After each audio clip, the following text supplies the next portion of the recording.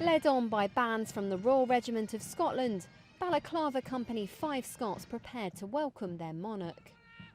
Since taking over as the Public Duties Incremental Company in May, they've provided the guard for the General Assembly of the Church of Scotland. But this is really the start of their leading role.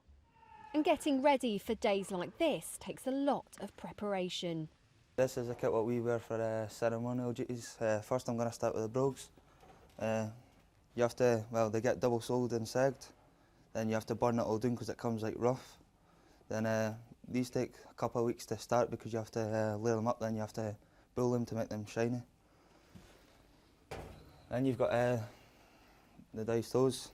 These go on, but it has to go like, there's diamonds here, has to go red, black, red. You've got your kilt, then you've got your spunning, but that takes a lot of preparation because it's horse feather. So what you have to do is you have to wrap it in tin foil, spray it first, brush it obviously, wrap it in tin foil. Then with this bit you have to silver dip it because it's like really dirty. Then you've got your jacket. That takes a lot of preparation because you have to iron it. You have to get all the dust off it and that. It's a huge change in duties for 5 Scots, now just a company strong under defence cuts and adapting to life away from the battlefield. Guarding the Queen this summer at her residence in Balmoral will be completely different, but the soldiers here say they're enjoying the challenge. It feels awesome. I mean, to actually see some of the royal family, you know, and that, since yeah, a lot of my family are jealous for being a part of that.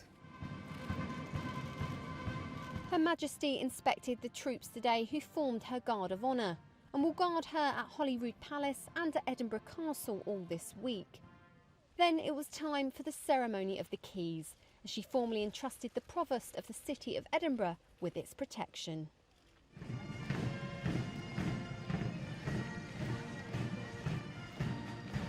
This is the start of an extremely busy week for Her Majesty and the Duke of Edinburgh, with a series of engagements celebrating Scottish achievements. For the rest of this week, she has a garden party hosting about 8,000 guests, an investiture ceremony, and later this week it's the big one. It's the naming of HMS Queen Elizabeth, the largest ever aircraft carrier that the UK has ever built.